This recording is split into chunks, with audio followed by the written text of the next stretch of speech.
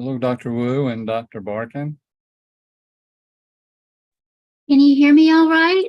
Yes, how are you? I'm all right.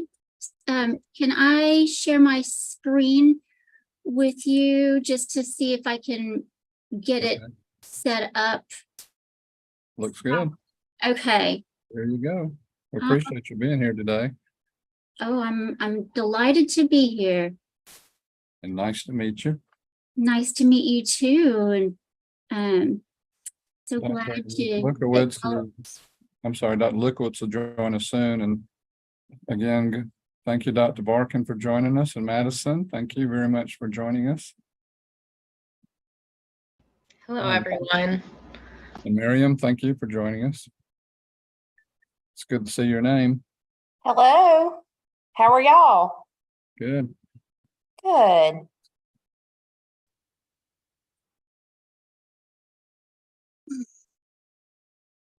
Hi, Dr. Wu. Long time no see. Good, good. I just saw Dr. Goldsmith at the Northeast Georgia Health Systems event.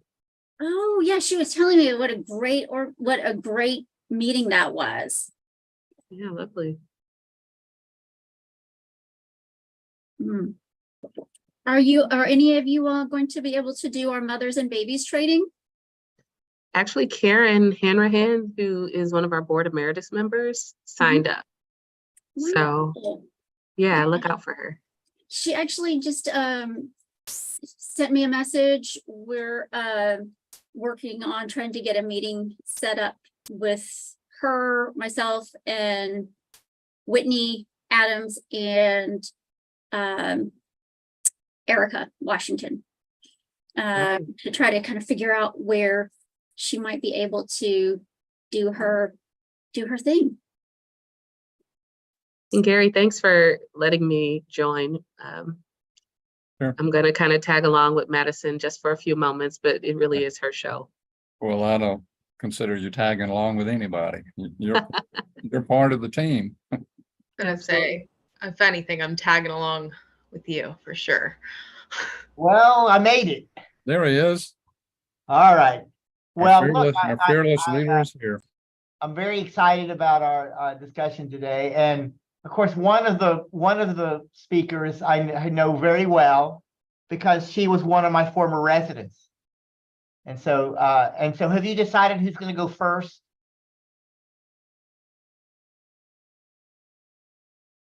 No, has there been any discussion about who's going to go first? Gary, you're on mute there. Oh. You would think I know by now. Dr. Wu's PowerPoint is up and ready to go. All right, well, very good. Well, so Dr. Wu is one of the two gynecologists that I've ever met. And she's a graduate of MCG, and she left and went to become an obstetrician gynecologist. But while she was there, she realized that there was a need for treating women with mental health concerns. So she came back and did a psychiatry residency, and that's how I got to know her. So with that introduction, the show is yours. Thank you so much, and thank you for inviting me to be here. Can you all hear me okay? Just want to make sure that I'm getting close enough to the microphone for y'all to pick up my voice. Well, as Dr. Lukowitz mentioned, I am a gynecologist. That's what I like to call myself. Officially, I am a perinatal and reproductive psychiatrist here at Emory, and I work with the Peace for Moms program, which is a perinatal psychiatry access program.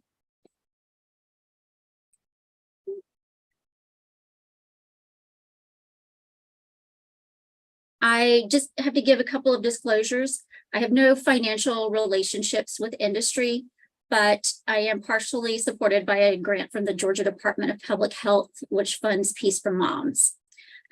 While we're making disclosures, I have to admit that I have a tendency to make terrible puns.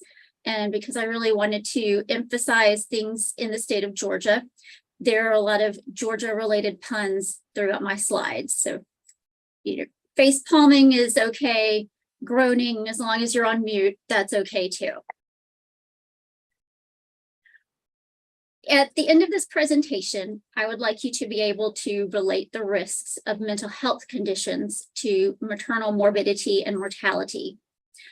I think this is probably a moot point for this group, but I would like you to be able to anticipate the barriers that patients might face when trying to obtain mental health services, and to be able to describe, and if you're in a role to do so, implement some of the processes that might increase mental health services using the things that I'll discuss today. As adult learners, we're always talking about the WIFM. What's in it for me? The attention to maternal health and maternal mental health will hopefully repair some of the damage and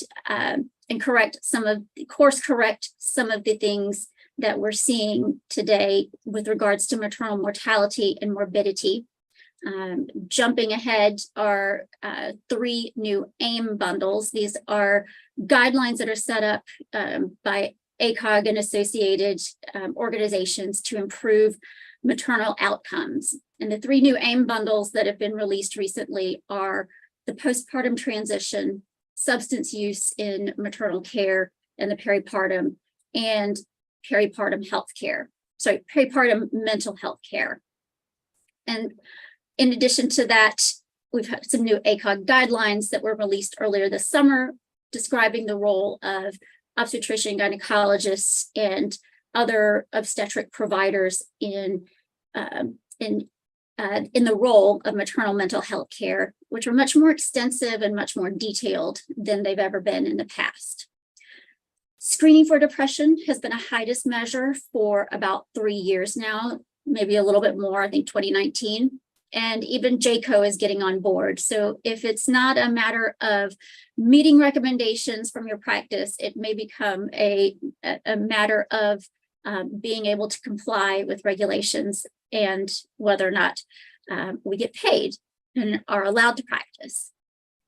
It seems like everywhere we look, there is a new announcement or a new headline about maternal mental health. And this isn't news to most of us. It was several years ago, I think in the late aughts, that Amnesty International had ranked the United States as one of the worst, if not the worst, country in the developed world to give birth in terms of maternal mortality. And maternal mental health conditions worldwide have long been known to be a common complication of pregnancy, and WHO had ranked suicide as the leading cause of death worldwide for those in the first year postpartum. I put this picture up because it reminds me of a riddle. What was the tallest mountain on Earth before Mount Everest was discovered? Any guesses? Any thoughts? So the answer, of course, is Mount Everest, because even before Mount Everest was discovered, Mount Everest was the tallest mountain on Earth. And maybe another way to think about it is the quote from the old book House of God: if you don't take a temperature, you can't find a fever. And a lot of us have been approaching maternal mental health care that way for a long time. We just won't ask about it, and it won't be a problem.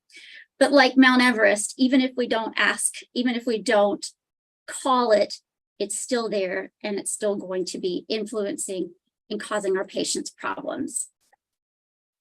I think you'd have to be living under a rock to have avoided the headlines, even in the past few weeks. The headlines about the new pill that will hopefully treat postpartum depression. I've been getting lots of questions about that, not just from patients and colleagues, but from friends as well. Let me describe very briefly what we see in the peripartum timeframe most commonly. And I want to clarify, perinatal mood and anxiety disorders, mental health conditions in addition to mood and anxiety disorders, are the most common complication of pregnancy. This is a PMADS, perinatal mood and anxiety disorders, is a blanket term for any anxiety or mood condition that might affect someone who is pregnant or who's recently given birth, whether that's a pre-existing, a condition that relapses or has never been successfully managed or treated, something that occurs in the pregnancy or peripartum period, or something that has never occurred but is new within the peripartum time frame. These all fall under the blankets of PMADS. It does not, however, include things like schizophrenia. It doesn't include things like substance use. It doesn't include ADHD or any of a number of other conditions that can affect maternal mental health and cause an impact on our well-being. A lot of people are familiar or becoming familiar with the term postpartum depression or even postpartum psychosis, but there are other flavors of anxiety and mood disorders that are common in the perinatal period. Peripartum PTSD, often related to birth trauma or pregnancy trauma during pregnancy. Obsessive compulsive disorder, particularly that evolves for the very first time after delivery, or postpartum psychosis, often a manifestation of bipolar disorder, which is commonly diagnosed in women in their 20s and 30s, right around the time people are in their peak childbearing age. This is a very costly problem. We estimate that the cost of a case of postpartum depression is about $32,000 per mother-infant dyad. And if you multiply that per year, the number of births in the state or in the country, it starts to get up into the billions of dollars. So that's a pretty high price tag. And that doesn't necessarily include the impact on that child and that family as they grow and develop through the rest of their childhood. Georgia's maternal mortality rate is twice the national rate, more than twice the national rate, with a disproportionate impact on women of color and women of lower socioeconomic status. So this is probably not news to you, being here on the Behavioral Health Reform Committee. But I think sometimes it just takes a minute to kind of really let that sink in, that this is a scenario where women are dying at a rate higher than almost any other developed country, on par with places like Kuwait or Bulgaria or South Korea. Mental health impacts pregnancy. Pregnancy outcomes impact mental health. In general, there's an increased risk of adverse outcome associated with mental illness in pregnancy, particularly severe mental illness. 40% of pregnant patients hospitalized due to a mental health condition also had a diagnosis of a significant health condition: diabetes, hypertension, asthma, substance abuse, obesity, a number of conditions. We know that women with depression are more likely to develop gestational diabetes. Anxiety in pregnancy is associated with gestational hypertensive disease. And women with psychiatric disorders are more likely to experience hemorrhage, preterm labor, and preterm birth, as well as cesarean. They also might have a higher rate of low birth weight infants. And while we seek to avoid doing harm, and we're trying to avert some of these obstetric events, oftentimes mental health can become a collateral damage in the effort to avoid a bigger disaster. Patients with adverse pregnancy outcomes, parents of NICU babies, or those with near miss or serious obstetric events are more likely to have anxiety and depression, as well as PTSD and suicidal ideation. This may set somebody up for a depression that doesn't resolve before the next pregnancy. and the cycle continues. Those of you who are familiar with Atlanta traffic are no stranger to roadblocks and detours, and it can often seem like there's no good option, no matter which way you travel. Similarly, the barriers to mental health care can come from all directions. They're at the patient level, the provider level, and the system level. Patients may not self-identify. We as providers may not recognize a mood or anxiety disorder as a presentation in pregnancy or postpartum. And even once that person is identified and we see them, it might be difficult to know what resources would be available to them or accessible. There's still a lot of stigma around mental health and mental illness. Sometimes patients might even feel a lot of shame or worry about being a bad parent or feel like they're going to be an outcast. There is some good news about mental health parity, which was passed recently, but only about 55% of the psychiatrists in general accept Medicaid. And my understanding, and please correct me if I'm wrong, is that Georgia Medicaid does not cover psychotherapy outside of certain centers over the age of 21. So those who are seeking psychotherapy as an alternative or an adjunct to psychopharmacologic intervention may not be able to find services.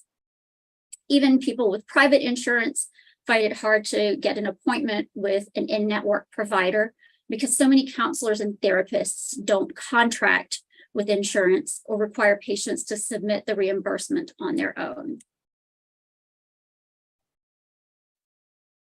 There are more dogs than bones, as the expression goes, when it comes to people that need care versus those who can provide care.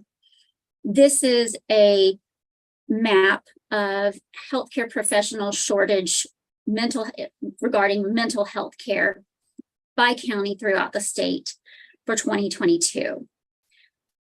Ironically, if you were to overlay that map with the shortage of obstetric providers, you would find that it looks almost identical. And according to statistics, Georgia is the worst state. Actually, I think the statistic I read was from 2022, that Georgia was 47th in the nation for access to mental health care workers, with approximately one mental health worker for every 730 adults in the state. And that for 2022, in 2022, 65% of adults with any mental illness at all could not access mental health care. So barriers on the patient side, barriers on the provider side, barriers on the system side. What do we do? $1 million, or in this case, $14 billion question.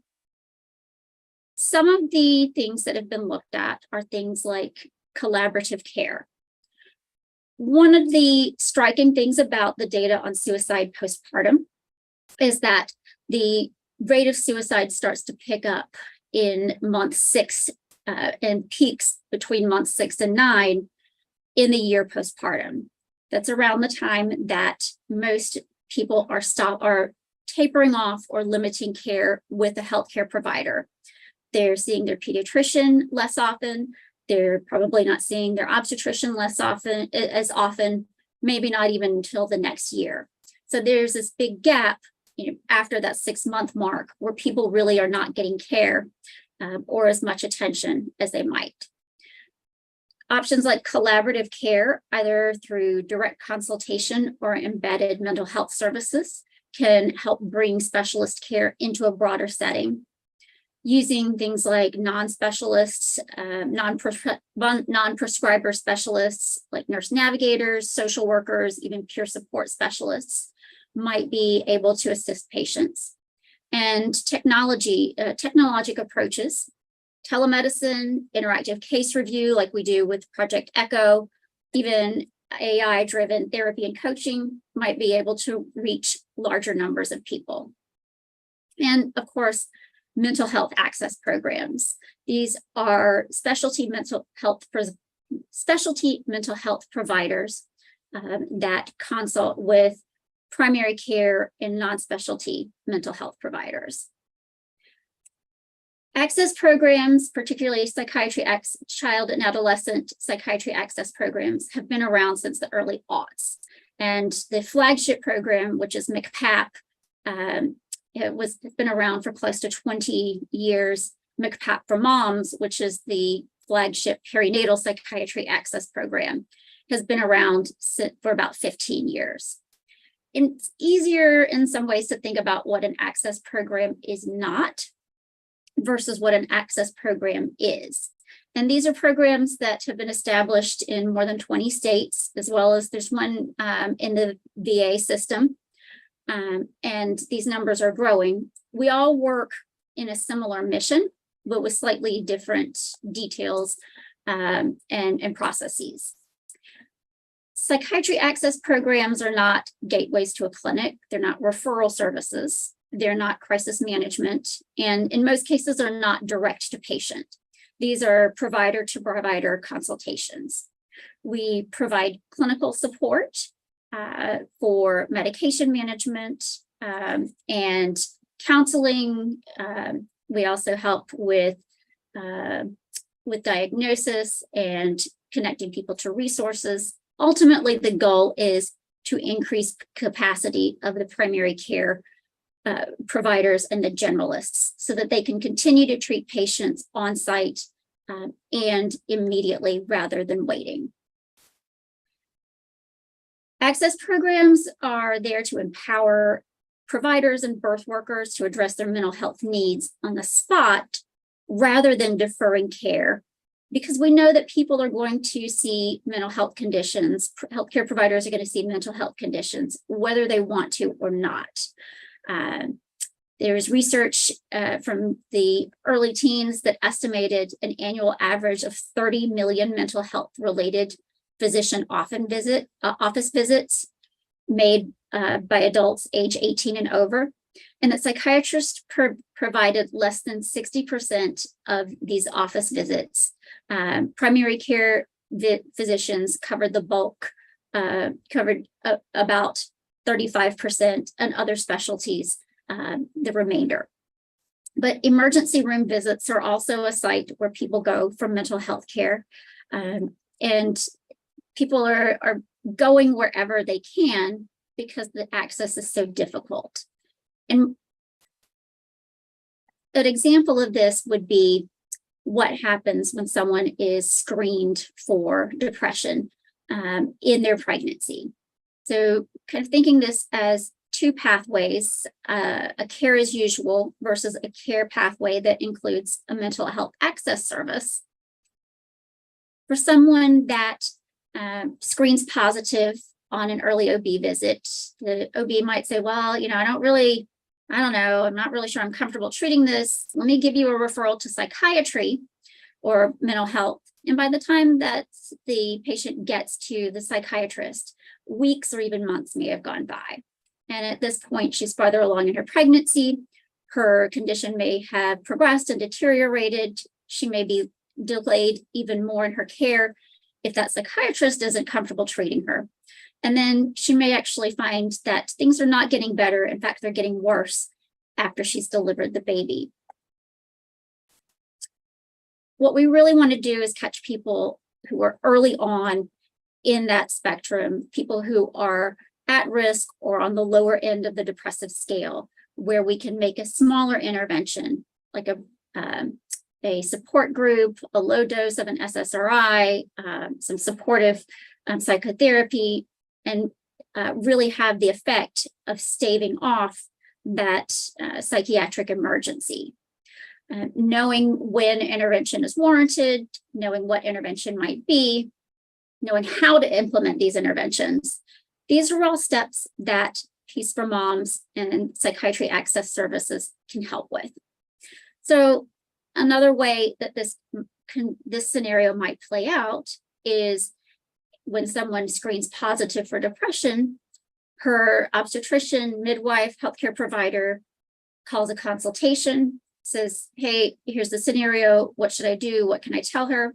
We can give them recommendations for medications, for interventions, help connect them with other services, including psychiatric care, get them started on a medication in that moment or within a few days, and so that they're not delayed in their care. And ideally, they're stabilized before their babies are even born. While we don't take over care and we don't prescribe for patients, we do offer multiple angles of support for clinicians. We not only do clinical consultation, we can provide some resource and referral connection and education to providers and patients alike. Our goal is really where we want to unite stakeholders of all different spectrums among birth workers. Prescribers, therapists, birth support personnel, all of these people can utilize psychiatry access service for consultation and support. We can only offer clinical consultation to people who are able to prescribe for the person they're calling about. So if the person who's consulting us is a non-prescriber, we can make some other recommendations, but we can also help the prescriber, help the person in question get connected to a prescriber that can then call us. We want to offer not only medication recommendations, but diagnostic clarification and care plan development. In rare cases, we do a telehealth consultation to help give a better picture of the person that is of concern, and then send that consultation and assessment out to the primary provider with a plan. We also have skills group, and this is one of the places that we actually interface with the patients more directly. And these are some things I'll talk about momentarily after we talk about the process for consulting Peace for Moms. So if someone is wanting to contact Peace for Moms or wanting to consult with us, the important thing is that we want them to be able to confirm with their patient that it's okay, especially if they're hoping that we will reach out to the patient and set up something on their behalf. People tend to get very uncomfortable if a psychiatrist cold calls them. So it's always nice when the provider that has referred them has talked to us ahead of time. Once you have once the provider has the information needed to present the consult to us, they can call the consult line and we can return their call almost immediately or at a time that is convenient. So if somebody is, say, in the middle of patient care, but they know that they have a break later on in the afternoon, or tomorrow is a better day and the patient's not waiting for a return, we can set up a time to respond to that call that's convenient for the provider. But most of the time, we're able to get back to the provider within about 10 minutes. The skills group that I mentioned is based on a program that was developed by researchers at Northwestern called Mothers and Babies. This is a cognitive behavior therapy-based program, and it teaches stress management skills by looking at the interactions between thoughts, feelings, and behavior. It teaches a lot of mindfulness skills, as well as developing healthy relationships and healthy communication styles. Depending on the group that we're working with, we'll meet virtually either for 6 weeks or 9 weeks for an hour at a time. It's the same group of people, so there's more consistency than a support group, but we don't do a lot of deep processing trauma work like somebody might in a therapy group. I call it group therapy light. We are at Peace for Moms actually trying to expand this program to other sites across the state, and we are sponsoring training for people that would like to implement mothers and babies in their setting, whether that's a labor and delivery unit, a CSB, a peer support program. Any of these places are great options to use mothers and babies. Mothers and babies does not have to be implemented by a clinician. It can be done by anybody that has some understanding of maternal mental health. And so even a peer educator or nurse navigator could run a mothers and babies group. It can also be done one-on-one, but we have been doing most of ours in groups. We try to abbreviate the program to 6 weeks for our pregnant patients, but we do a full 9 weeks for our postpartum patients. So if there are people at your organization that are interested in implementing mothers and babies groups in your service, you can reach out to us through the consult line or over email, and we can help connect you with we can help set up the training, which will be done virtually in October. These are just some basic things that we like people to have on hand for us when they're calling a consult. Very basic information on the patient's demographics, age, estimated gestation or the date that she delivered, as well as a way for us to get into contact with her should that become something that we're doing. The person who calls the consult doesn't necessarily have to be the clinician who is requesting the consult. So if there's an assistant or a student that calls the consult, we can take the information from them and speak to the clinician when we actually are making the consult. And that is the quick and dirty summary of the psychiatry consult service for the state of Georgia, Peace for Moms. These are team members, including myself, our Dr. Toby Goldsmith, Dr. Whitney Adams, Erica Washington, who is our program coordinator, Jill Mast, who's our staff nurse, and Michaela are our community advisors. If you happen to call and place a consult, you'll be talking to one of them first, and Catherine Black, who is our IT guru. We are looking forward to leading Georgia into a brighter future with maternal mental health care and hoping that we can raise our own grade so that we're no longer in that failing zone when it comes to maternal mental health care, and really appreciate the work that the Behavioral Health Committee does to help us get there. Thank you. Are you available to answer some questions? I certainly can. So I want to ask about your Peace for Moms program and the access when they make a call. Do you go so far as like teach them how to do like psychotherapeutic interventions? Sometimes, so the person who's calling, sometimes we do. A lot of times, if it's someone who's calling for medication management, we really focus on giving them medication recommendations. But I think in as much as we're always teaching people psychotherapy and validation and supportive psychotherapy techniques, I think that we're always trying to include that in any recommendation that we provide. And you've been doing echoes as well as the consultation line. So that's probably an area where you can do more of that training, right? Yeah, we started a perinatal and reproductive mental health echo, which is a large-scale case conference that and didactic program that meets monthly on the third Thursday of every month at noon. We started in March of this year, and last week we just had our most recent one, which was PTSD in the perinatal period. And in September on the 17th, we will be having our ECHO program on OCD, I think. Because we have a grant with the Georgia AAP that does similar thing with pediatric mental health, teaching pediatricians how to treat depression and anxiety. And it sounded like that's what you're doing as well. We've got the same idea, just in a different target audience. Yeah, it is. And there are programs in Georgia, I think, as you said, has theirs. MCPAP, which was Massachusetts Child and Adolescent Psychiatry Access Program.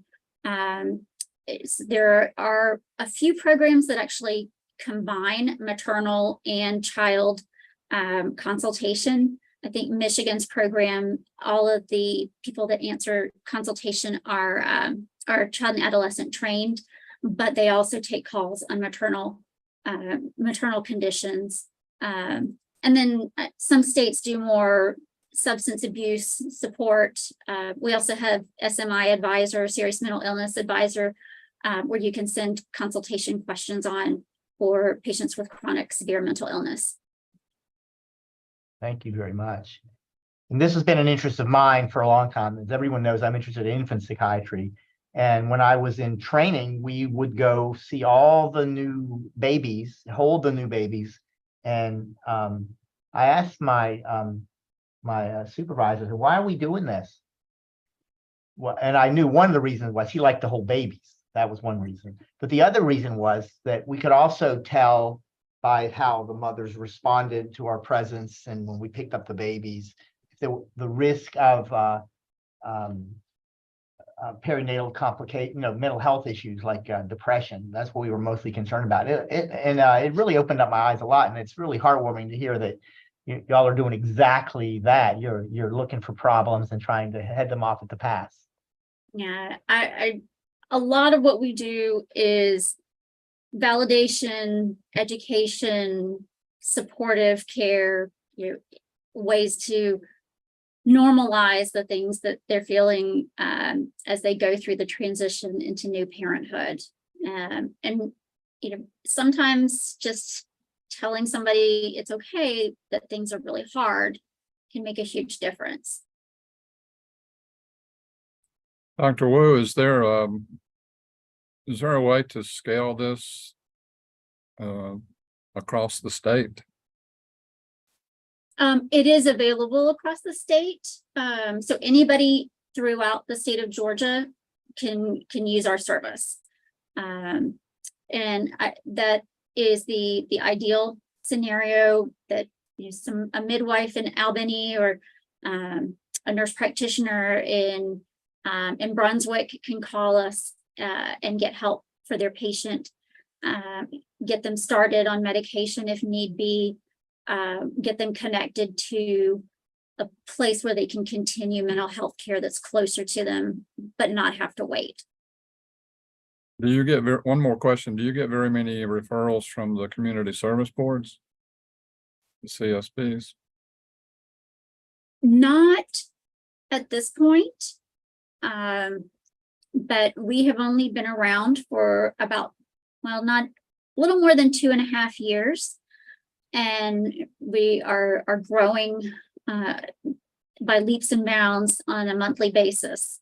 I think what we see is that once people know that we exist and they start to use our services, they continue to call back. So I think a lot of what we're doing even now is just letting people know that we're here and available. Do you get any referrals or many referrals from outside of Metropolitan? We are growing. I should say spreading. So I think as people become more familiar with us, we're getting more from farther out.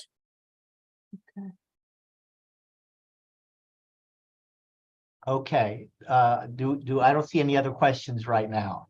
So with that, let's move on to our next speaker. I'm happy to welcome Dr. Jennifer Barkin, who is the professor and vice chair of community medicine for the Mercer University School of Medicine, and she is known for the Barkin Index of Maternal Functioning. Dr. Barkin, welcome, and the floor is yours.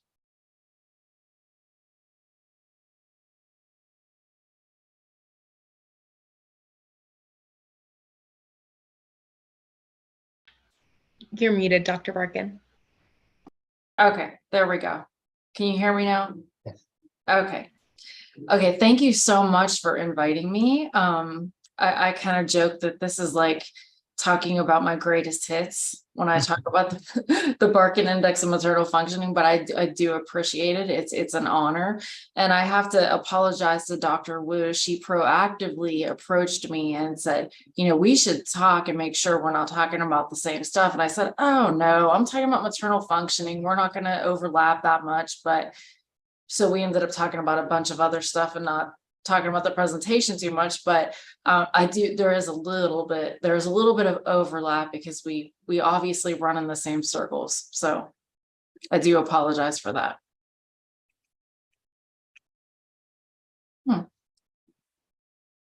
It's not letting me advance.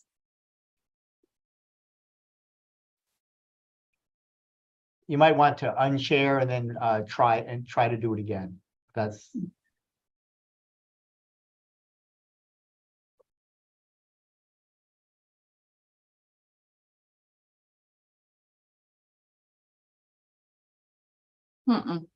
So make sure that you're sharing the right window. I don't know if you have more than one screen. There we go. There you go. Do you see the next slide? Development and application of the BARC. Okay. Okay, good. Okay, so that's what I'm going to talk about. My intellectual property, which was developed about 2010, it was published, the first development paper. And what I normally do is kind of work. So this is not in presentation view right now. I don't know if you know that. So it's a little small. There we go. Okay. Sorry about that. Okay, so anyway, I kind of flipped the order of the way I usually do this. I kind of usually talk about how we developed it and why we developed it, and then sort of do the reveal of what the Barkin Index is. But I instead decided to kind of change it up and show you what it is right away. And there's kind of no way, I've done this a bunch of times, and there's no way to show the measure in a way that the audience can see all of the items, but I wanted to just kind of give you an example of what that would look like in front of a participant or a patient. And so what it is it's a 20 item measure. It's a self-report measure, but it has been clinician administered. It's intended for the first year or two postpartum. It takes about 5 minutes to complete, and it covers 7 different maternal domains. And the domains are, social support, physical and mental health, infant care, maternal child interaction, management, and adjustment. And I'll talk later about how we distilled down to those domains. And this on the right is the website. That was only developed maybe 5 years ago. So why did we develop it? And Dr. Wu went over a lot of this already, but what we've known for a long time is that maternal, when mothers aren't well, there are consequences to that. And for the baby, neurodevelopment, behavioral issues, mom doesn't feel good, dad may not feel good. There's an established body of literature on that we've known about for a long time. So basically, maternal mental wellness impacts the whole family. This just came out of the UK. August 16th, actually, that it was a study of 2 million women. And the conclusion was that risk of premature birth is 50% higher in mothers with poor mental health. And that's sort of mind blowing. That's the most sort of dramatic, obvious way of explaining how maternal mental health impacts birth outcomes.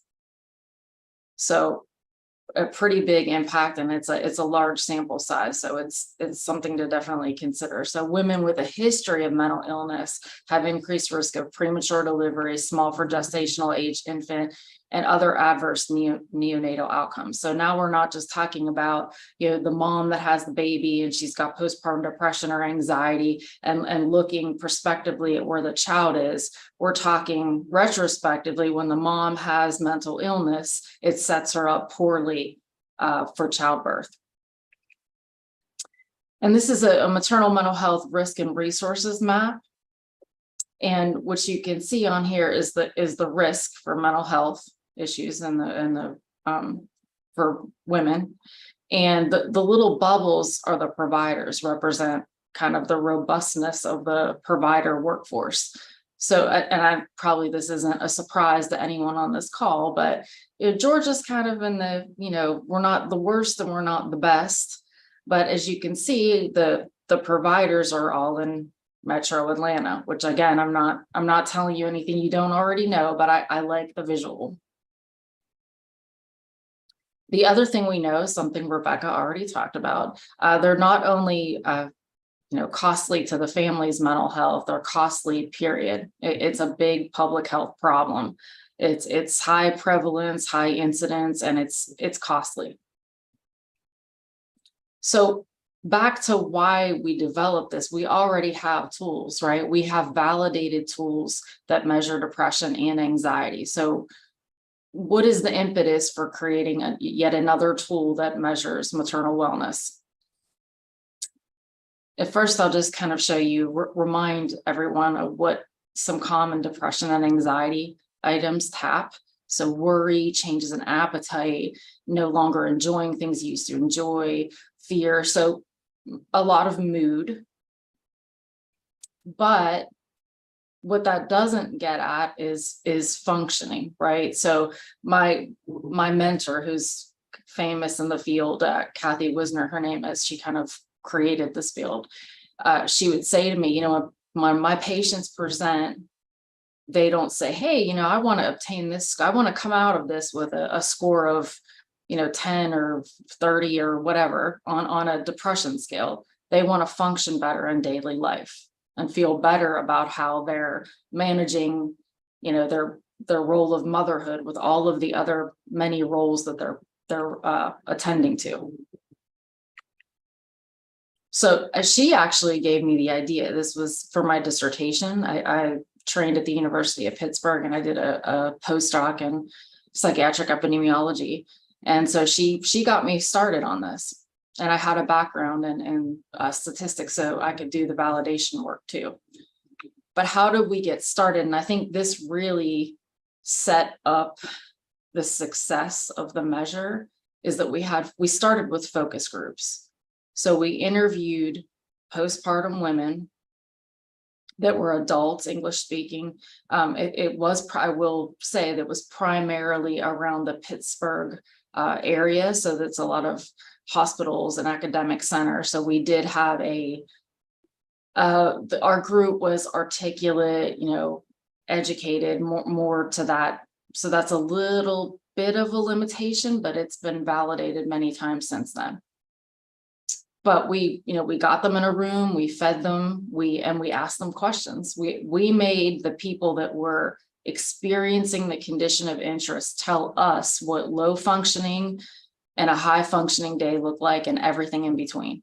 When you feel really good and you feel like you're doing a really good job, tell me what's happening. And they might say, well, my baby had clean clothes on that day, and I felt like I interacted with my child without being distracted by everything else I have to do. Or, I got the kitchen cleaned and I paid attention to my child, and I, went on a date with my, kind of what for them defined optimal functioning, and what on the other end was a low functioning day. So after there were 3 focus groups, we had everything taped, and I will say it was we got really rich data out of it, because the women were so happy to be there, and it almost became like a peer support group, and they talked and talked and talked and talked. So we had really great data, about 156 pages of text data that we then had analyzed. We analyzed it by theme, and the themes informed the 20 items on the BIMF, the initial version, the beta version. And then we took the beta version and we had it vetted by an expert panel. So people with backgrounds in psychiatry and psychometrics and general health care. And the other great thing about doing focus groups is that it promotes content validity, right? So if you go and you administer the measure to the population that you're interviewing, there's a high likelihood that that content is making sense to them. So it's called content validity. It's also an inexpensive way to interview more than one person. And then in the case of the BIMF focus groups, they were so almost relieved to, it was almost therapeutic for them. They could have stayed longer type of thing. They weren't shy. They were very willing to disclose everything they were struggling with.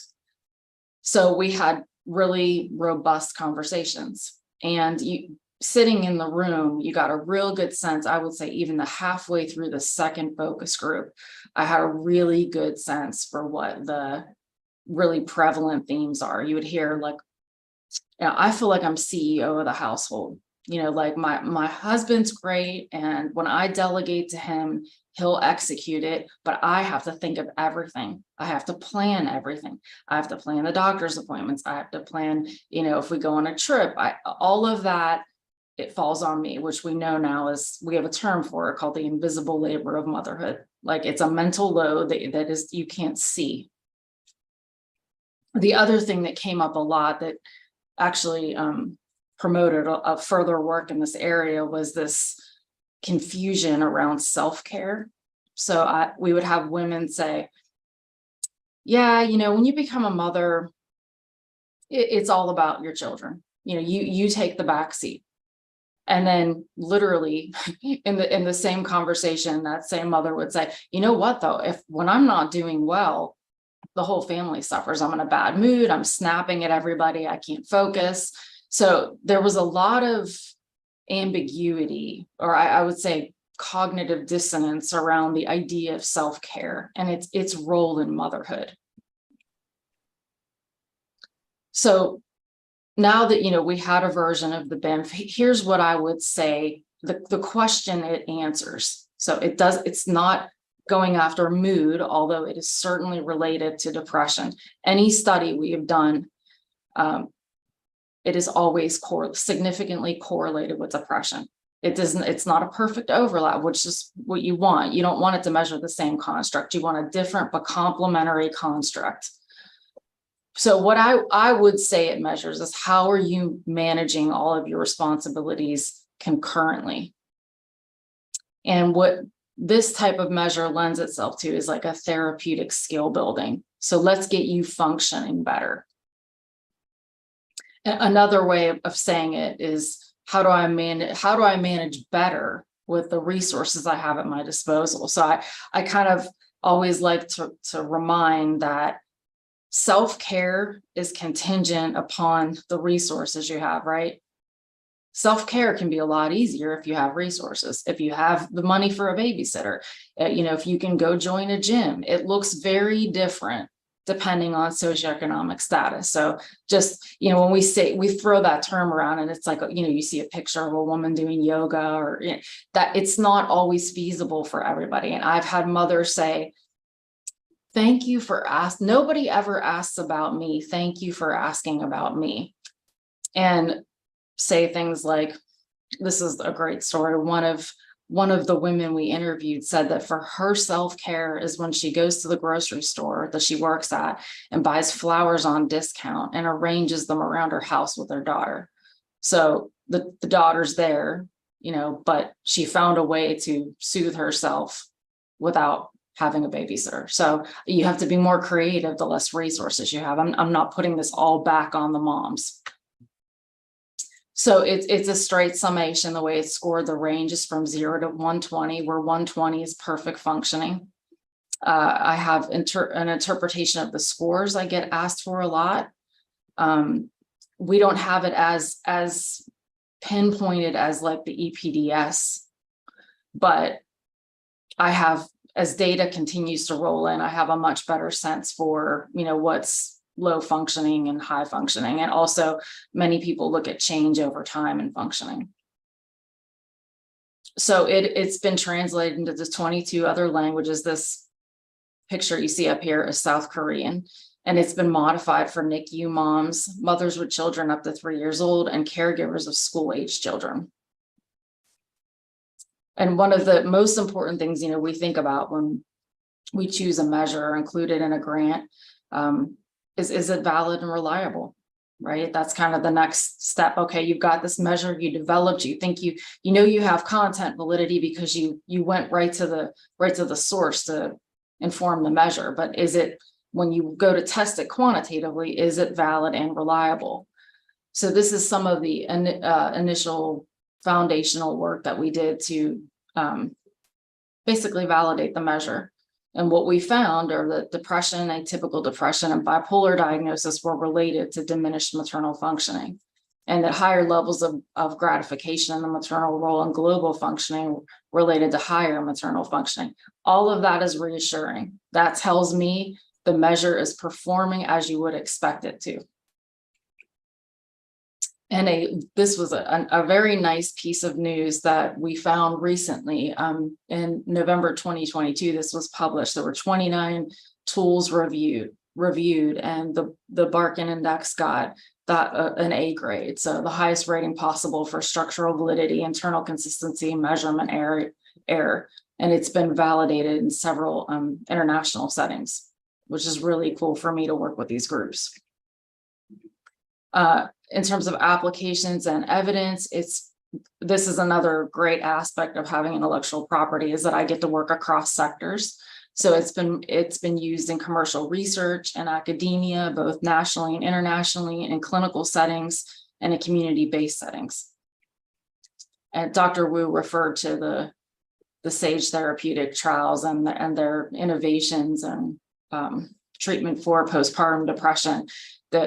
The Barkin Index was actually used in several of those clinical trials. It was licensed through the University of Pittsburgh, where I developed it, and it's been licensed commercially 11 times since then. So there are competitors to the SAGE products, I'm finding, both digital therapeutics, drugs. This market is really expanding in terms of targeting and treating postpartum mental health. These are some applications and some studies from my students that have furthered the work in the US. And just some examples, we found that lower functioning scores were associated with self-hating and anti-white racial identity clusters. One of my students did a study focused on that. And lower functioning was associated with preferring a guide through a digital resource guide for postpartum women. The study on the left is one of my favorites, because it kind of validates what we intended the measure to do. This study was done in Iran, but what was found is that maternal functioning was significantly higher in a group that received skills-based training in the postpartum versus the control group who did not get that skills training. It was a compressed 4-week training on really how to function better as a mother. And there was I think it was a 20-point difference.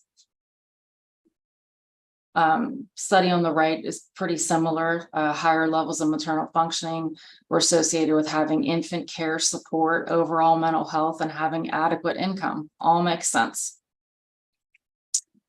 In terms of clinical settings, it's a little bit harder to know who is all using it, because I get a lot of requests from academicians. I need the Spanish version, or I need the South Korean version. And then I ask, oh, well, what's the study on? And I get some information there. With clinical settings, sometimes people come to me, and then sometimes I've been at a meeting and I'm like, oh my gosh, that's my measure up there. I find that they were using it. Also, the clinical settings, people aren't always intending to publish. It could be used for just a more practical reason. So that's why sometimes I don't find out. But the clinical settings that I know it has been used in are OBGYN, reproductive psychiatry, clinical psychology, intensive outpatient programs, or IOPs, and actually recently occupational therapy, which I'll talk a little bit about later. It could, also be used in pediatrics, family medicine, internal medicine, social work, or licensed professional counseling. Now, some of that, is dependent on resources within the clinic and volume, right? So an OB clinic that's got a high patient volume, maybe that they're struggling to even screen for depression and treat it. So that probably isn't going to work. It's 20 items, it's quick, but then what do you do with the results? So it's a little trickier in that setting. But if you have a dedicated mental health professional, you can work through that nicely. From going after a functioning skills angle. An example of a community-based application, it was used in the Jewish Family and Children's Services Visiting Moms program. And that program is primary prevention, providing social support to new mothers. There are weekly visits by trained volunteers, and the BIMF was administered at program intake and program completion. And the purpose for this wasn't initially research, it was for program evaluation. You know, are our moms that are matriculating through this Visiting Moms program, are they functioning better at the end of the program?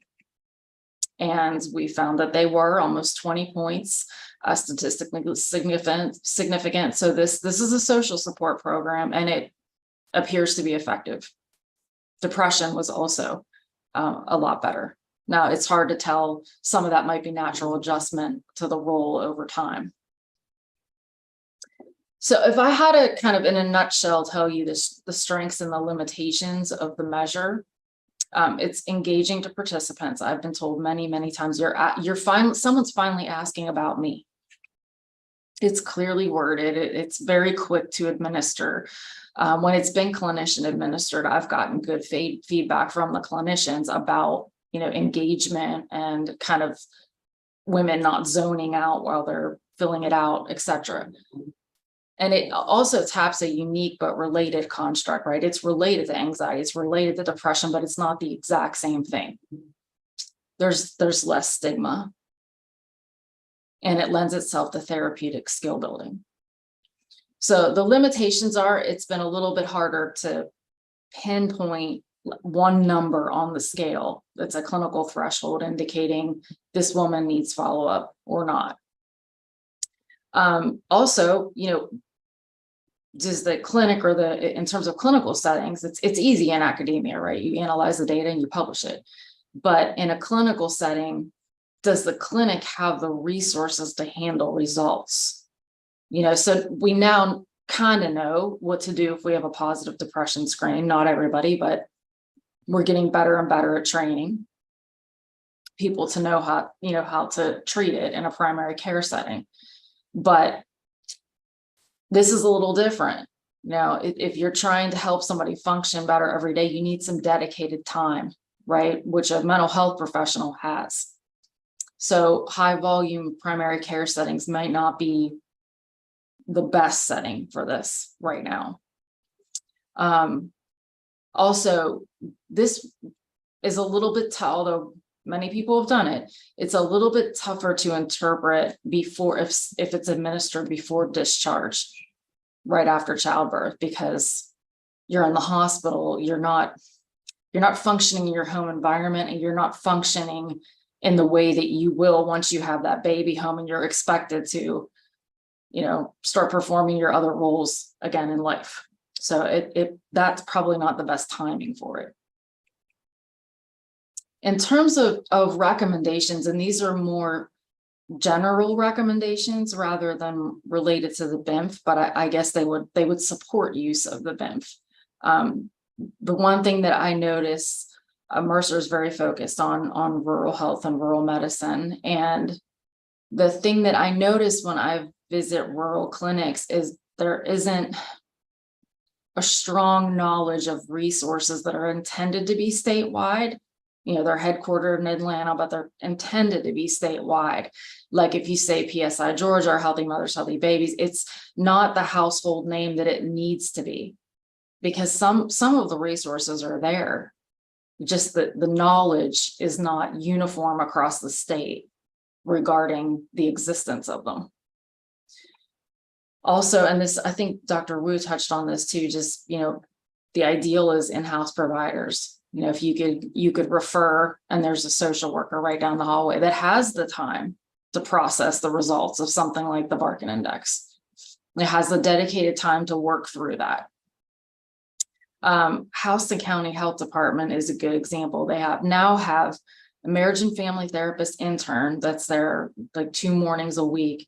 And also they just hired a psychiatric nurse practitioner. So any patient that comes in for any reason has access to mental health care within a health department, which is just, it's almost unheard of, and it's outstanding.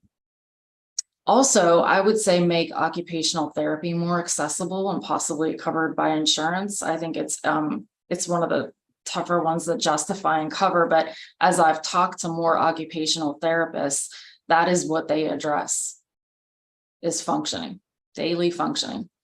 And Rebecca already went over this, but also just maximizing telehealth capacity. Those would be my general recommendations. Anybody have any questions?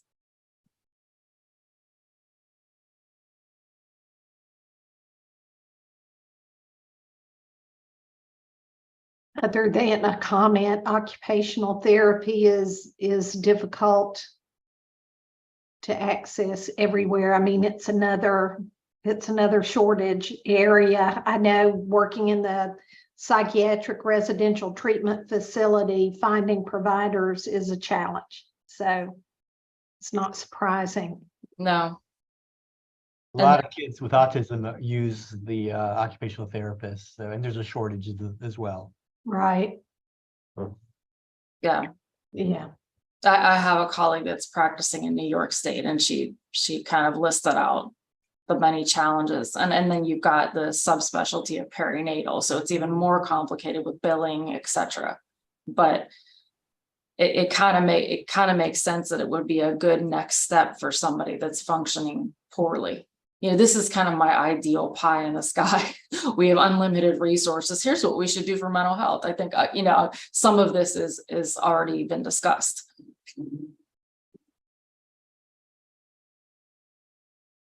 Well, thank you very much. Any other questions? Yeah, nice presentation. Yes, thank you. Thank All you. right. Our next speaker on deck is Madison Scott, who is the Director of Policy and Research for Healthy Mothers, Healthy Babies Coalition of Georgia. So mothers and babies go together, and we know that. So Madison, the floor is yours. Yes, thank you so much. And I do have a presentation to share. Dr. Birkin, if you wouldn't mind. Oh, yeah. Won't let me kick you out, which is a good. All right, I kicked myself out. But okay.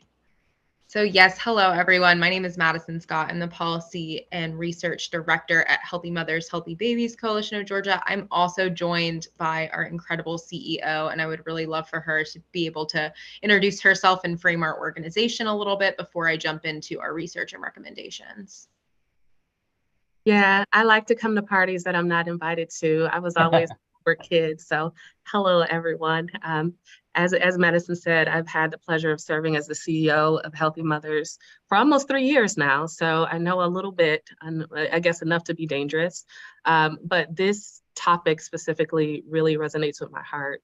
I come from a community where expressing concerns around mental health is really taboo. And I have experienced postpartum depression twice, and unfortunately wasn't able to access resources to support me through those processes, and it got pretty dark. So my personal really commitment is to make sure that wherever possible, we don't have a woman or birthing person having to walk that journey alone. We are almost 50 years old, and we're really founded to be first an advocacy organization, almost a watchdog, if you will, for the legislature to prioritize the needs of moms and babies. Way back then, it was because of the incidence of what is now a taboo concept, but I'll share retardation that was being observed in infants. And about 70 organizations came together to really address that issue. It was multi-sectoral in nature, whether it was the Jewish coalitions coming together, sororities and fraternities, Grady Hospital, directly impacted communities, et cetera. And really today, we do very much so steep ourselves in our advocacy work. But I will reference that we are nonprofit and nonpartisan, and we really let data and directly impacted communities inform our work. And I think that gives us a particular lens that really uplifts those who need to be uplifted in the conversation, and kind of quiet some of the noise that may often distract us. But over the last, I will say, 8 years or so, we've definitely understood the need to support the immediate needs of families. And Dr. Wu and Dr. Barkin have very much so been wonderful partners of ours in this exploration of what community can do to solve this problem. And I always want to center us in, it's not either or. All of us need to leverage our talents and our expertise and our passion to create a cohesive cadre of resources and support for families. So for us, that meant listening, and we listened to over 500 Georgians and tried to understand what it was that they needed. And also, to Dr. Barkin's point, people didn't even know we were around. And transparently, marketing and social media and those things are always the last thing on the list. But we've been a bit more intentional about spreading the message, if you will, of the services that we provide to all 159 counties. As it relates to maternal mental health and behavioral health, we'll focus narrowly on our Pickles and Ice Cream platform, which is a hybrid model that definitely taps into blogs and toolkits, digital classes, but even digital peer support groups to support moms and babies. And the thing that I think is really unique about our offerings is it's centered in those directly impacted. So some of our blogs are written by moms who may have battled substance use disorder or who have experienced intimate partner violence. And it's coupled with partners at Emory or Mercer or one of the other academic institutions around the state to really marry that lived experience with that evidence-based and evidence-informed approach. We also have like maternal mental health 101 classes, where I was having these flights of fancies about just getting hit by a car a little bit so that I wouldn't have to take care of my child and have, room and board and free food cooked for me every day, to learn that that is actually not okay. Like, I probably should have gotten help and not just dealt with those, thoughts on my own. But more than that, we wanted to acknowledge that there's a lot of social determinants of health that really add to the stressors that families experience. So in addition to our resource and referral work that we do in partnership with the Department of Public Health through Help Me Grow, we launched funds. So one of those is like the Safe Under the Lilies Fund, where we provide up to $1,000 to women either in the pregnant or postpartum period who are trying to escape unsafe situations. And we work with the domestic violence shelters across the state to really connect them to those resources, because we know that that's one of the main reasons why a lot of these individuals don't leave unsafe situations, is because of economic conditions. We have a host of other programs that I could talk on and about, but I know we're already a little over time, so I will suppress that and pivot it over to the amazing Madison Scott, whose energy I'm sure you'll appreciate. Thank you so much, Kai. And I know that we've gotten a really helpful amount of data framing throughout this conversation so far, so I will be brief and attempt to not kind of repeat some of the things that Dr. Barkin and Dr. Wu have already shared. I'll skip ahead a little bit just to one of the really key parts of maternal mental health that we see is the correlation between maternal mental health and perinatal mental health outcomes, as well as paternal mental health outcomes and high adverse child and infant outcomes. So we're seeing that not only are prenatal mood disorders associated with obstetric risks, including preterm birth, low birth weight, growth restrictions, but they can also really have serious consequences on expectant mothers. They're less likely to engage in prenatal care. They have less gestational weight gain, are more likely to use substances, and have a greater rate of self-injurious behavior. So kind of all of these things really come together. And when we, as healthy mothers, healthy babies, start to look at the things that we care about, the things that we need to make sure that mothers are getting in the state to have healthy pregnancies, these perinatal mood disorders and maternal depression all are kind of a confounding source for so many of the risks that we see in our communities. When we look specifically at the Maternal Mortality Review Committee's recommendations from this last year, it's a really it's been a kind of framing piece for us to look at mental health conditions being the leading preventable cause of maternal death, the second leading overall cause, seeing that it led to 13% of maternal deaths in the state of Georgia from between 2018 and 2020, and was at least probably contributing to 18% of those pregnancy-related deaths. So of that 13%, a majority of those occurred during the postpartum period, which we saw in previous conversations today. And we also saw that suicide was the manner of death for the majority of those deaths due to mental health conditions. We saw substance abuse disorder contributing to about half of those mental health condition-related deaths. And again, as previously stated, 100% of deaths due to mental health conditions were preventable. So this is the report that just came out of the Maternal Mortality Review Committee in Georgia. When we really look at some of the causes that they outlined for these maternal deaths, we saw three main causes that really stuck out to us as kind of those parts of prevention.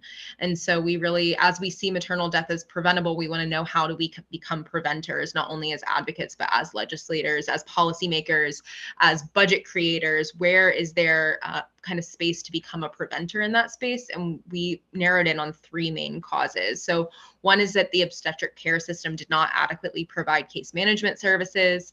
Two is providers did not use standardized assessment tools for postpartum depression and suicide. And three, patients have histories of trauma and abuse and experience stressors during the perinatal period, including housing instability, perinatal loss, and intimate partner violence. So that kind of comes back and speaks to some of those points that Kai was making previously about there are social determinants of health, there's intimate partner violence, housing instability, all of these things that feel like they may be somewhat outside of maternal health. Really, all of these things are maternal health care. All of these things are maternal mental health care. And so how do we begin to attack these issues from multiple lenses and recognize that housing policy, that mental health policy, that all of those things contribute to maternal mental health policies, and where can we be the most efficient? So after the Maternal Mortality Review Committee's report, we really wanted to dive into what are some of the needs in the state. So Healthy Mothers, Healthy Babies Coalition of Georgia is currently in the middle of our maternal mental health environmental scan. We're at our midway point right now. So I'd like to share with you a little bit about the structure of our research as well as the initial findings. So our intention was to map over 500 providers across the state of Georgia who are specializing in mental health care and understand where their capacity, experience, and comfort addressing maternal mental health specifically is. So we currently have mapped out a network of over 500 providers. Of those 500 providers, we aim to survey at least 100 in this first year, and again, dive into those areas of capacity, comfort, insurance, as well as what they see in their community as the greatest need around maternal mental health care specifically. We then narrowed it even further, and we had direct interviews with 20 of those providers to really dive into what they see as the common barriers and solutions to those barriers. We are aiming to have an additional piece of this environmental scan be having focus groups with pregnant and postpartum people in Atlanta, Albany, and Columbus. And that's the point that we're at right now in the study, is conducting those focus groups. We aim to have a final analysis of all of our provider information and have a presentation in November of this year. We would love to share that presentation and recommendations with you once we have that finalized data. But for now, I'll show you some of the key pieces just in those 100 maternal mental health provider surveys. Of the first 47 that we've had a chance to analyze, 39 of those 47 were accepting new patients. 10 of those 47 accepted Medicaid patients, and only 7 of them had kind of a cross section of not only are they accepting new patients, but they also accept Medicaid. So we're looking at about under 20% of those providers just in the Albany and Columbus region that we talk to that are currently accepting new Medicaid patients. So I think we're hoping again to scale up this project to have a final report shortly, but even just in that small snippet, you can see where those issues start to arise in the state and where we may need to address some of the barriers to insurance and even providers being able to engage in reimbursement. Another tool that we really wanted to use to dive more deeply into this issue is a perinatal mental health task force. We've partnered with our partners at Postpartum Support International to host a convening of partners. We are a coalition building organization. That's kind of where as Kai was saying, we really like to ingrain ourselves in the community, find our recommendations, not only for our organization, but kind of back to our history, really convening those who are experts and experienced in the space. We hosted our first kickoff earlier this month, and we had over 50 people attend. We had over 100 people interested, and it was cross-departmental of departments, funders, providers, organizational leads, really come together. Our current aims of the project are to build out a comprehensive guide of all of the resources, the research, and the programs in the state of Georgia to make sure that we're understanding what are the resources that are out there, specifically where are those resources located? Are they Atlanta perinatal region? Is there more available to some of these rural parts of Georgia that we're not really touching? And make sure that we have a comprehensive list. And then not only are we collecting that information, but we're disseminating that information out and making sure that those lists are readily available to not only the providers who need them, but the birthers who need to use them, as well as policymakers who are trying to understand and frame this issue more deeply. Our main task, alongside kind of the framing of resources, research, and programs, is really to formalize what policy recommendations across organizations and rank those priorities. I could sit here and tell you what Healthy Mothers, Healthy Babies Coalition of Georgia's priorities are, and I'm going to in a few minutes. And I could also tell you what PSI, Postpartum Support International Georgia chapters are, but we really want to make sure that we are not telling people what the priorities should be. And we're really bringing that coalition of providers, of organizations, of those with lived experience to tell us what their priorities are so we can continue to update our priorities and bring them to spaces like these and share with you. So our aim is to have a comprehensive policy agenda to share as well going into this 2024 session. And we're continuing to update that and change it as the task force grows. Our next meeting is in September. We would love for anyone who'd like to join our task force to come in. And that really leads me to our first policy recommendation, is to coordinate efforts more significantly. We had on our policy agenda well before I knew that I was coming to speak to this meeting that we would really like to establish a subcommittee to address maternal mental health in Georgia within the Behavioral Health Reform and Innovation Commission. I'm thrilled to hear that the Child and Adolescent Health is diving into this maternal health issue, but would really like to talk about what kind of sustainability around the combination of maternal, child, and infant health looks like, and whether this is the right space to house these discussions, whether it's possible that there may be an expansion. And then similarly, integrating the task force, making sure that as the task force is getting work done and as we're getting priorities formed, we're constantly sharing those with those who need to know and make changes in our state. So what does that look like? Does that potentially look like a integration or a formalization through this commission or through other state departments? How can we use that task force and maximize impact? And then finally, oh, sorry, I keep accidentally trying to switch between. Apparently I can't see myself in the screen at the same time, which is not my favorite activity. So our next two kind of big buckets of policy recommendations fall under two areas that we've heard of already with Dr. Yu and Dr. Barkin, looking at screening and looking at workforce. So establishing a comprehensive statewide universal screening system for perinatal mood and anxiety disorders, requiring reimbursement to obstetric and pediatric providers for maternal mental health screenings and referrals. And we really see that screening as needing to be done by a wide range of providers, not just OB providers, but really understanding where in the prenatal, where in the postpartum, and where during pregnancy can we input some of those screening tools. As we saw with those postpartum or with those maternal deaths that were caused by mental health conditions, a large portion of those were in the postpartum period, but those mental health issues can often start even in preconception. And so understanding where the best space to do those screenings are. And then when we look at workforce, a main workforce solution that we see is developing and implementing processes resulting in more home medical visits for parents and those who are expecting, but additionally expanding the existing certified peer specialist credentials to include perinatal mental health and reduce restrictions for those who are wanting to practice under perinatal mental health peer specialists.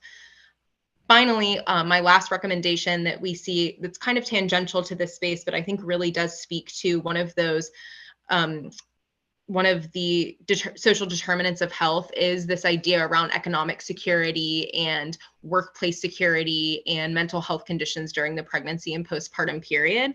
So a key piece of this is comprehensive paid leave policies in the state of Georgia. There's a handful of items that kind of go along with that, but I really want to narrow in on the expansion of parental leave in the state to cover bereavement and pregnancy loss.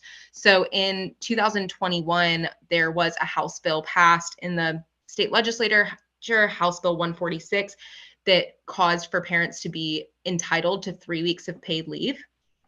And that was only eligible under certain family conditions. Those family conditions include the birth of a child within 1 year of birth, caring for a newly adopted child, or caring for a foster child.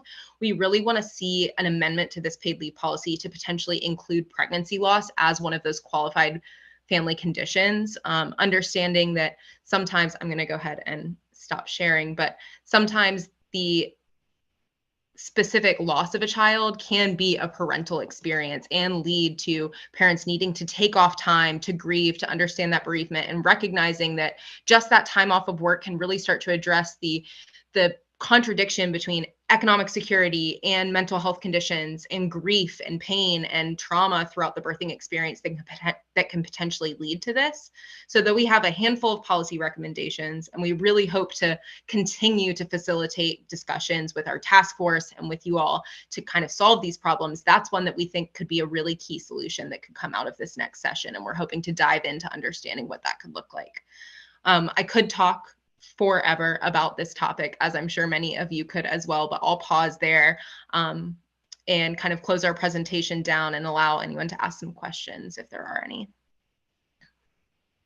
On your leave policy, are you recommending, I don't even know what I want to ask. Are you recommending leave for any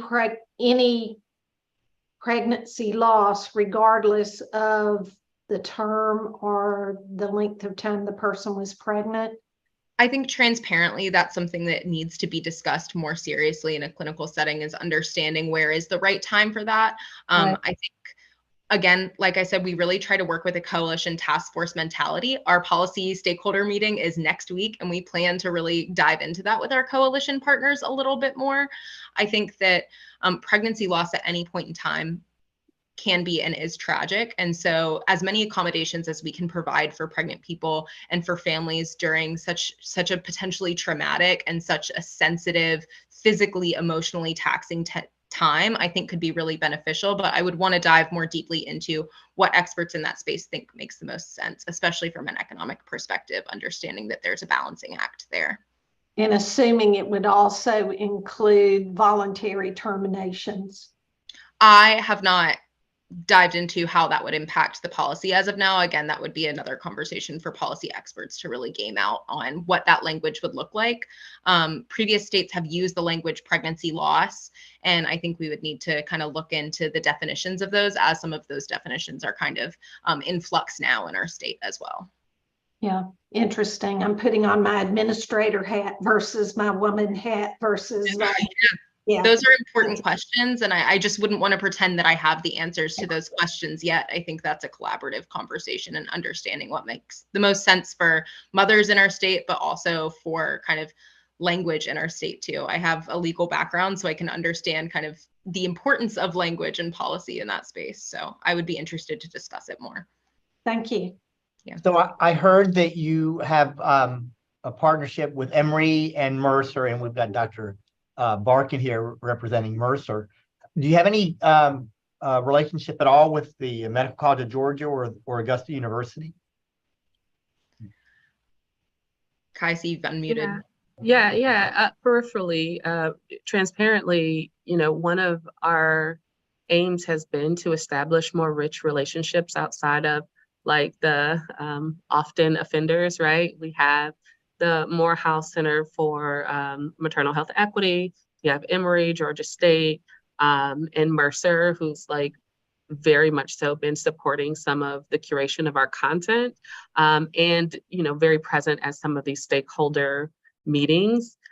Just about 9 months ago, we launched a community partnerships department. And when I say department, it's 1.5 humans who kind of get in their car and travel across the state to try to develop some of those relationships. So the answer is we kind of know who to talk to. We just haven't made an ask, and we are open to any warm relationships that you'd like to transfer.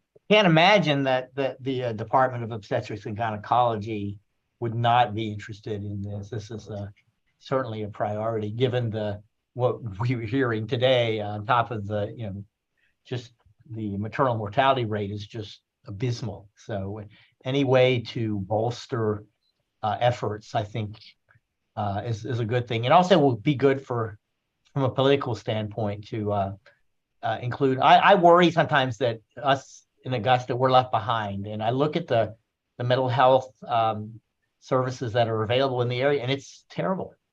And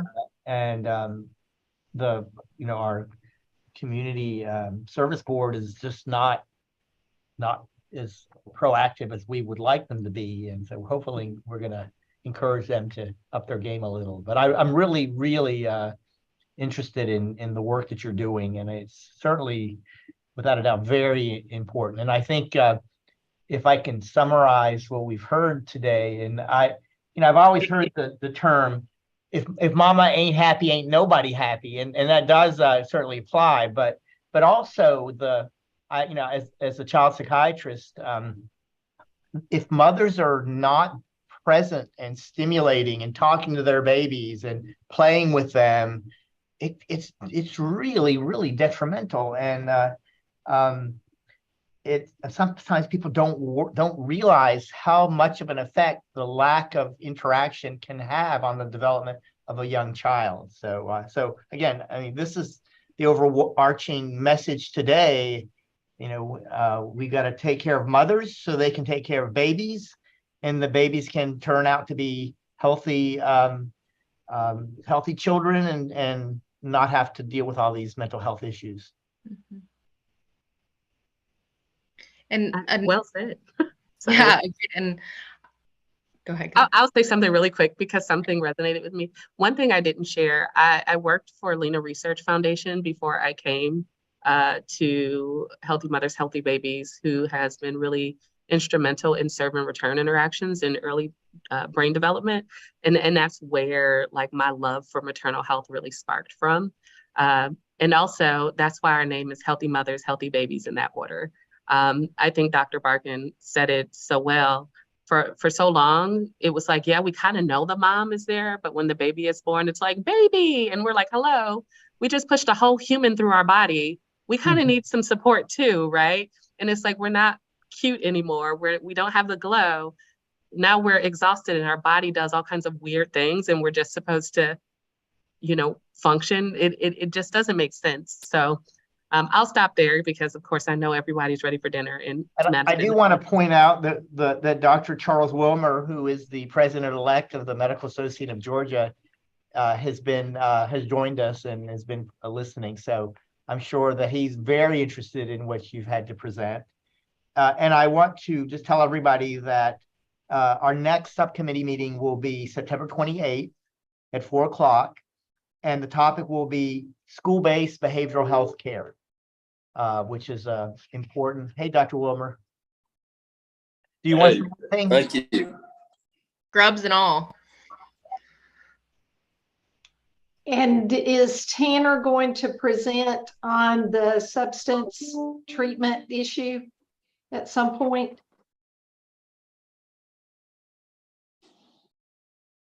I don't think that we have that on the agenda at this point. I think we're booked through November, right, Dr. McGibbony? Yes. But we do have some time on the November agenda if we need to add. Okay, I'll check in with them. I thought it had been scheduled, but I may have missed No, something. you're talking about Tanner Behavioral Health? Yes. Oh, yeah. Oh, I wasn't, I didn't get what you were saying. Oh, okay. They're on the agenda. They're on the agenda. I thought you were speaking about Kevin Tanner. No, wasn't. That's what I was hearing. So that's the, Okay. Yes. Thank you.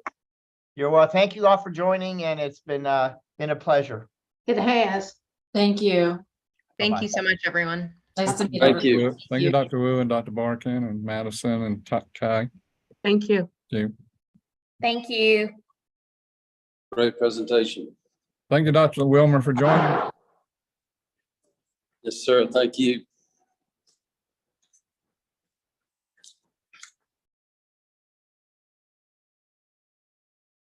All right, have a good night, Gary. All right. Thank you, sir, for all you do. I'm I'm writing my letters now, so.